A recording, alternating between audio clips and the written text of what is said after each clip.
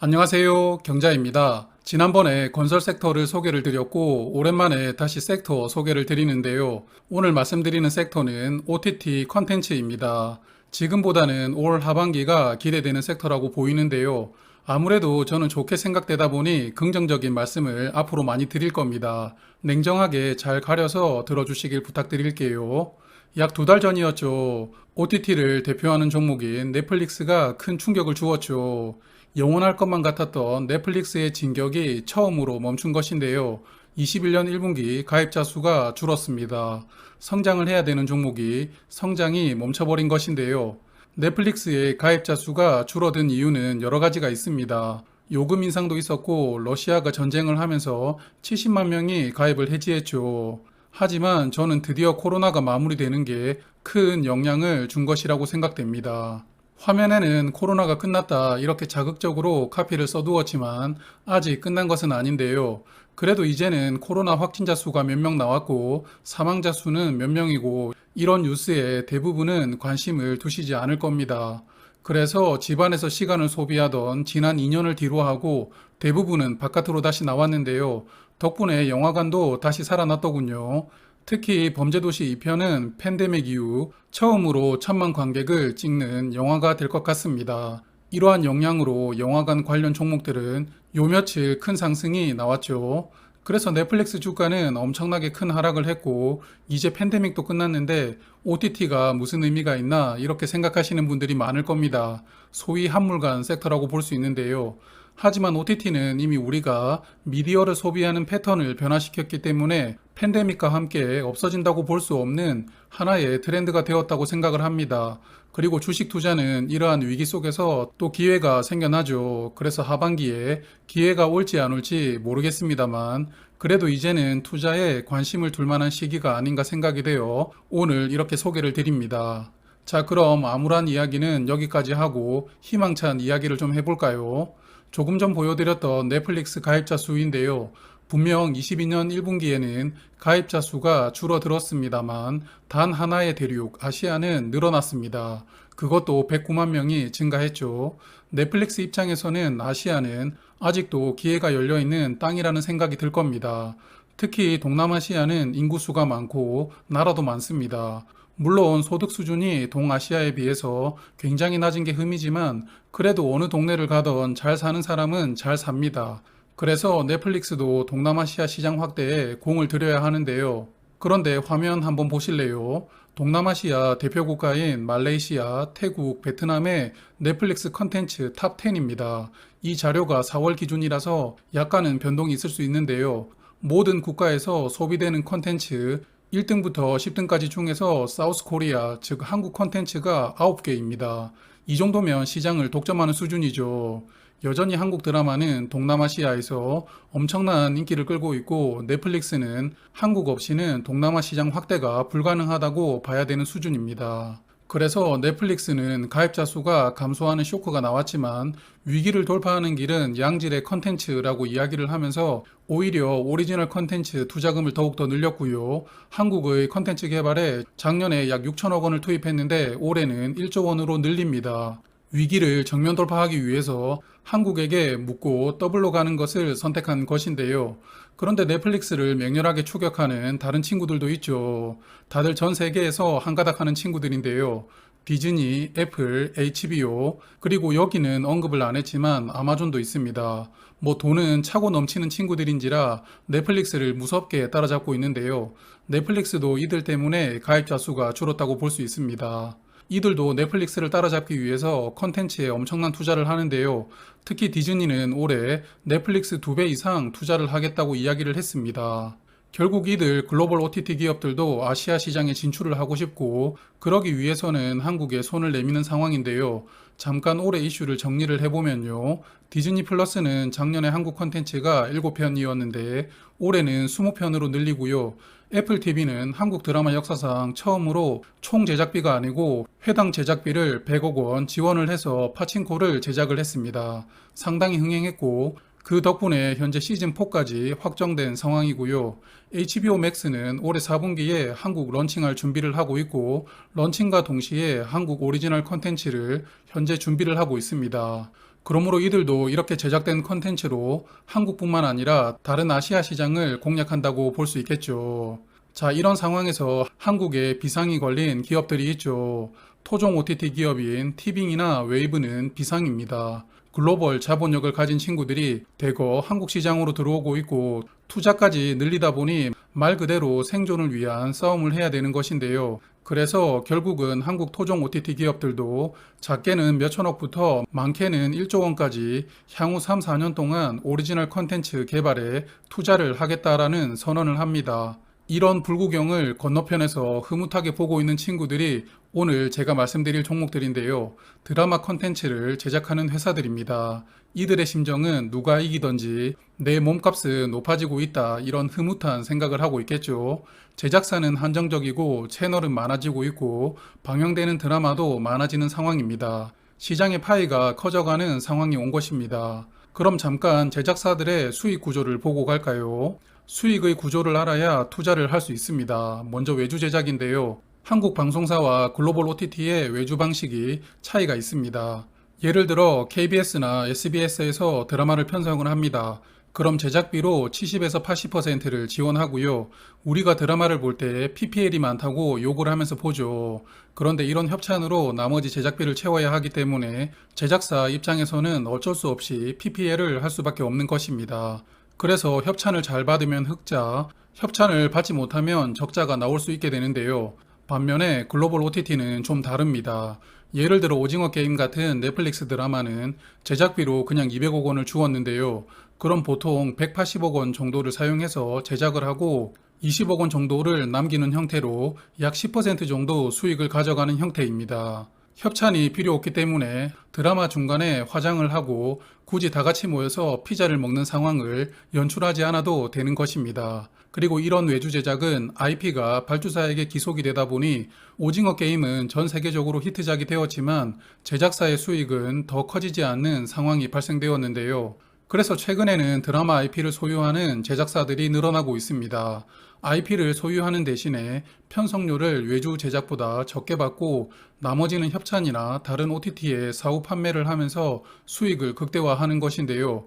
이 방식은 작품이 대박이 나면 수익도 대박이 나고 작품이 쪽박 나면 수익도 쪽박이 나는 리스크가 있습니다만 어쨌든 단순히 외주 제작하는 것보다는 이익이 확대가 가능한 방식이기 때문에 점점 IP를 보유하는 형태가 늘어나는 상황이 왔습니다. 이런 형태의 제작은 캡티브 채널을 보유하고 있는 스튜디오 드래곤과 콘텐트리 중앙이 적극적으로 시도를 하고 있는데요. 이 두 기업이 OTT 컨텐츠 종목 시가총액 1, 2위들이죠. 다만 콘텐트리 중앙은 JTBC가 보유한 큰 기업이지만 20년과 21년 연속 적자가 나왔습니다. 연속 적자가 나온 기업은 저는 웬만하면 투자를 하고 있지 않아서 오늘은 스튜디오 드래곤을 말씀을 드리고요. 그리고 중소 제작사인데 관심이 생기는 종목이 하나 더 있었습니다. 그 종목까지 두 종목을 소개를 드리도록 할게요. 먼저 스튜디오 드래곤부터 볼까요? 스튜디오 드래곤의 최대 주주는 CJ ENM입니다. 지분 약 54%를 보유하고 있습니다. 그래서 CJ그룹의 계열사이고 CJ ENM의 채널 대표적으로 TVN이나 OCN에 편성되는 드라마를 제작하는 회사입니다. 이 종목은 5월 31일 기준 시가총액이 약 2조 3천억 원이었는데요. 코스닥 시가총액 14위 정도 되고요. 드라마 컨텐츠 섹터의 대장주입니다. 매출 비중을 보면 편성으로 인한 매출 비중이 점점 줄어들고 있고 판매 매출이 늘어나고 있는데요. 앞서 말씀드렸던 IP를 보유하면서 드라마를 제작을 하고 있다 보니까 방송사에서 받는 돈보다 판매를 하는 돈이 더 많아지고 있는 상황입니다. 스튜디오 드래곤은 1분기에 히트작이 두 편 있었는데요. TVN에서 방영을 했던 25, 21와 넷플릭스에서 방영을 했던 소년심판이었습니다. 개인적으로 소년심판은 참 재미가 있었는데요. 시즌2가 나왔으면 하는 생각이 들었습니다. 1분기 매출은 전년 4분기보다 줄었지만 이익은 크게 개선이 되었는데요. 영업이익이 181억 원, 순이익은 156억 원으로 이익률은 13% 정도입니다. 앞에서 외주 제작사가 이익률 10에서 15% 정도를 가져간다고 말씀을 드렸는데 이 종목은 현재까지는 그 정도 이익률을 보여주고 있습니다. 현재는 2분기 드라마가 방영되고 있죠. 우리들의 블루스는 완전 초호화 캐스팅이던데요. 이렇게 비용을 많이 사용하면서 제작하는 드라마를 텐트폴 드라마라고 합니다. 느낌에는 배우들 캐스팅 비용으로 다 쓰지 않았나 싶은데 여하튼 시청률이 조금 아쉽습니다. 시청률이 11% 정도 나오고 있던데 이 정도 시청률도 흥행했다고 볼 수는 있는데 아마 내심 20% 정도는 기대했을 것 같은데 아쉬울 겁니다. 그래도 증권사들은 2분기 실적이 좋을 것으로 전망을 하고 있는데요. 일단 1분기 대비 방영 편수가 5편이 늘어났고요. 그리고 글로벌 OTT에 구작을 많이 판매하면서 구작 판매 매출 비중도 8% 정도 늘어났습니다. 이렇게 구작이 판매되는 이유는 글로벌 OTT가 아시아 시장에 진입을 하고 있는데 OTT는 일단 기본적으로 드라마가 좀 있어야 됩니다. 신작만 가지고는 안 되고 인기 있었던 드라마들을 기본적으로 보유를 한 상태에서 오리지널 신작들이 주목을 끌어와야 되는데요. 그래서 스튜디오 드래곤의 최근 히트작인 미스터 선샤인이나 빈센조, 사랑의 불시착 같은 이런 드라마들을 글로벌 OTT들이 사는 것이고 이런 드라마를 보유를 해야만 아시아 시장에 본격적으로 진입할 수 있는 것입니다. 스튜디오 드래곤은 올해 32편의 드라마를 제작한다고 하고요. 캡티브 채널 외에도 넷플릭스, 애플 TV를 비롯해서 글로벌 OTT에도 작품을 공급한다고 합니다. 그래서 올해 스튜디오 드래곤의 역대 최대 이익을 예상을 하고 있는데요. 신한금융투자는 올해 687억 원의 순이익을 예상을 했고 내년에는 778억 원으로 증가될 것을 예상을 했습니다. 글로벌 OTT가 등장하면서 방영 편수가 많아지고 몸값도 높아지고 구작 판매도 늘어나는 세 가지 효과가 올해부터 발생할 것이 예상된 실적이라고 보입니다. 그래서 22년 예상 실적을 기준으로 현재 PER은 33.6인데요. PER은 아직 30 이상이기 때문에 그렇게 매력적이다라고 보이지는 않지만요. 주봉상 현재 주가 위치가 쌍바닥입니다. 과연 이 쌍바닥에서 지지를 받고 턴을 할지 아니면 지하실로 내려갈지는 모르겠지만 여하튼 현재 주가 위치는 변곡점이 될 것 같습니다. 두 번째로 소개드릴 종목은 사마 네트워크스입니다. 제작사 중에서는 작은 회사인데요. 대표 종목이라고 볼 수는 없지만 매력이 있어 보여서 오늘 소개를 드립니다. 이 종목은 5월 31일 기준 시가총액은 약 1,800억 원인데요. 사이즈가 작은 종목입니다. 그래서 스튜디오 드래곤이나 콘텐트리 중앙에 비하면 아주 적은 규모이고 중소형 제작사인 초록뱀 미디어나 키스트보다도 시가총액은 적습니다. 하지만 단단한 종목인데요. 21년 이익을 보시면 64억 원의 흑자가 나왔습니다. 그러므로 작지만 단단한 부분이 첫 번째 매력 포인트이고요. 그리고 이 회사 은근히 히트작을 많이 만들었더라고요. 최근에 흥행했던 어게인 마이 라이프도 이 회사가 제작을 했고 낭만닥터 김사부도 이 회사 작품입니다. 둘 다 SBS 드라마인데요. SBS가 믿고 쓰는 제작사가 아닐까 생각이 되었습니다. 사마네트웍스는 작년에 큰 전환점이 생기는데요. 송혜교 씨가 출연한 지금 헤어지는 중입니다를 제작을 합니다. 그런데 이 드라마는 외주 제작이 아니고 IP를 보유하면서 제작을 했는데요. 중소형 제작사가 제작비를 충분히 지원받지 못하고 이런 대규모 제작비가 들어가는 드라마를 만든다는 것은 모험이었을 텐데 이 모험이 성공을 했습니다. 이 드라마는 사실 한국에서는 그렇게 인기가 많은 편은 아니었지만 드라마를 해외에 많이 판매를 했는데요. 그래서 이 드라마 IP가 대박이 났습니다. 작년 이익에 이 드라마가 많은 기여를 했고요.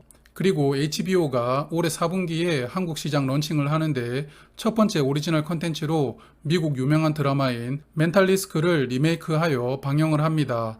이 드라마도 사마 네트워크스가 제작을 했는데요. 회사 입장에서는 이 드라마의 성패로 HBO라는 거대 OTT가 주요 고객사가 될 수 있는 절호의 찬스를 잡은 것입니다. 그래서 사마 네트워크스도 올해 좋은 실적이 전망되고 있는데요. 신한금융투자는 올해 112억 원 순이익을 예상을 했고요. 내년에는 137억 원 예상을 했습니다. 작년 이익이 64억 원이었으니까요. 올해 약 2배 개선되는 것으로 전망을 한 것입니다. 그래서 올해 예상 실적 기준 PER은 16.1인데요.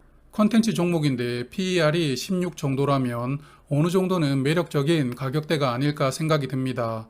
주봉 차트를 보면 최근에 5,900원까지 상승을 했다가 약 30% 정도 하락이 나왔는데요. 현재는 큰 상승에 따른 조정 흐름이라고 보입니다. 현재 가격대에서 횡보를 하면서 반등이 나올지는 아직까지는 미지수라고 보입니다. 조금 더 횡보하면서 이평선을 수렴시킬 것 같기도 합니다. 그래서 생각을 정리를 해보면 스튜디오 드래곤의 PER은 다소 높지만 그래도 대장주이고 포텐셜이 가장 큰 종목이라고 보고 있습니다. 글로벌 OTT에서 흥행작이 한방 터져주면 주가도 같이 날아갈 확률이 있다고 생각이 되고요. 사마 네트워크스는 올해 예상 실적 기준으로 보면 투자를 해볼 만한 PER이라고 생각을 합니다. 그리고 4분기에 HBO 드라마 멘탈리스트가 성공하는 것이 관건이라고 생각이 됩니다. 여하튼 서두에서도 말씀을 드렸지만 올해 말씀드린 섹터는 당장 주가가 드라마틱하게 움직인다라기보다는 이러한 환경에서 2분기 실적이 컨센서스에 부합이 되면 하반기에 주목받을 수 있다고 보는데요. 그래서 투자를 하신다면 천천히 그리고 조금씩 들어가 볼 섹터라고 생각합니다. 한 달에 한 번 이렇게 관심 있는 섹터를 소개를 드리고 있는데요. 다음 달에 또 새로운 섹터를 소개 드리는 영상으로 찾아뵙겠습니다. 그리고 제가 혹시 다루었으면 하는 섹터가 있다면 댓글을 주세요. 제가 말씀을 드릴 수 있다면 다음에는 그 섹터로 말씀드리도록 하겠습니다. 그럼 저는 다음에 또 뵙겠습니다. 늘 감사합니다.